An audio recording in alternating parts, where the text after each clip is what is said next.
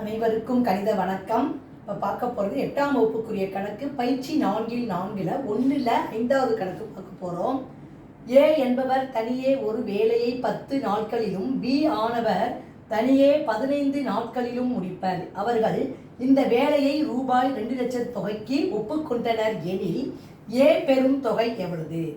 ஏவும் பியும் சேர்ந்து 2 லட்சத்து ரூபாய்க்கு என்ன பண்ணுறாங்க? இந்த வேலையை ஒப்புக்கொண்டிருக்காங்க.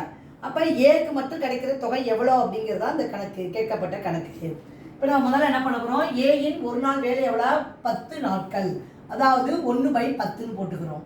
அடுத்து பியின் ஒரு நாள் வேலை அப்படிங்கிறது 15 நாட்கள், அப்போ 1/15.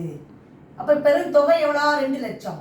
இந்த 2 நம்பரையும் வச்சு 1/10 விகிதம் கண்டுபிடிச்சிக்க போகிறோம். 1/15 எத்தனை பங்கு அப்படிங்கிறத நம்ம கண்டுபிடிச்சிக்கிட்டு அப்புறம் ஏவோடைய தொகை எவ்வளோ அப்படிங்கிறத நம்ம பார்க்க போகிறோம்.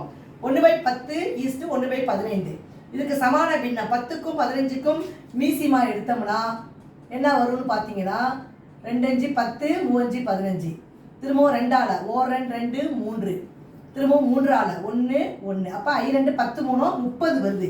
அப்போ 30 நான் போட்டுக்கிறேன். ஃபஸ்ட்டு 30ல் 10 எத்தனை வாட்டி இருக்கு? 3 3 10 30 விகிதம். 30ல் 15 எத்தனை வாட்டி இருக்கு? 2 வாட்டி இருக்கு. 2/30 இந்த மாதிரி போட்டுக்கிறேன். இப்போ பார்த்தீங்கன்னா பங்கு எவ்வளவு? 3 + 2 = 5. அப்போ ஏனுடைய ஏ பெரும் தொகை நம்ம கண்டுபிடிக்க போகிறோம். ஏ பெரும் தொகை = என்ன பண்ண போகிறோம்? 3, ஏங்கிறது 3, பிங்கிறது 2. அப்போ 3/5, 5ல் 3 × 2 லட்சம். அதை போட்டு நம்ம வகுத்தோம்னா, பெருக்கிட்டு சுருக்கினோம்னா வரக்கூடிய விடை என்ன வருதுன்னு பார்க்க போகிறோம். 1 5 5 படிச்சிட்டோம்னா 4 5 20. எத்தனை சைபர் இருக்குது? 4 சைபர் இருக்குது. 4 சைபர் போட்டோம்னா 40,000. 3யும் 40,000 பெருக்கினால் 1,20,000. அப்போ ஏ பெரும் தொகை எவ்வளவு? 1,20,000 ரூபாய். 1,20,000 என்பது தான் ஏ பெரும் தொகையாகும்.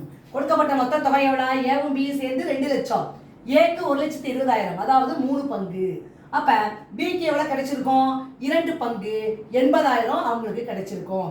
புரிஞ்சுங்களா?